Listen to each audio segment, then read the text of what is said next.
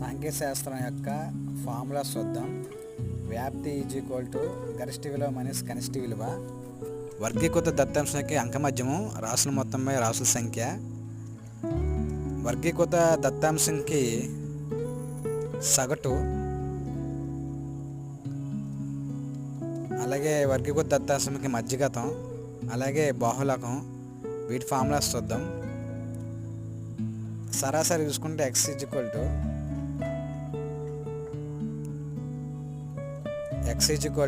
a plus mu fu mu by n into c.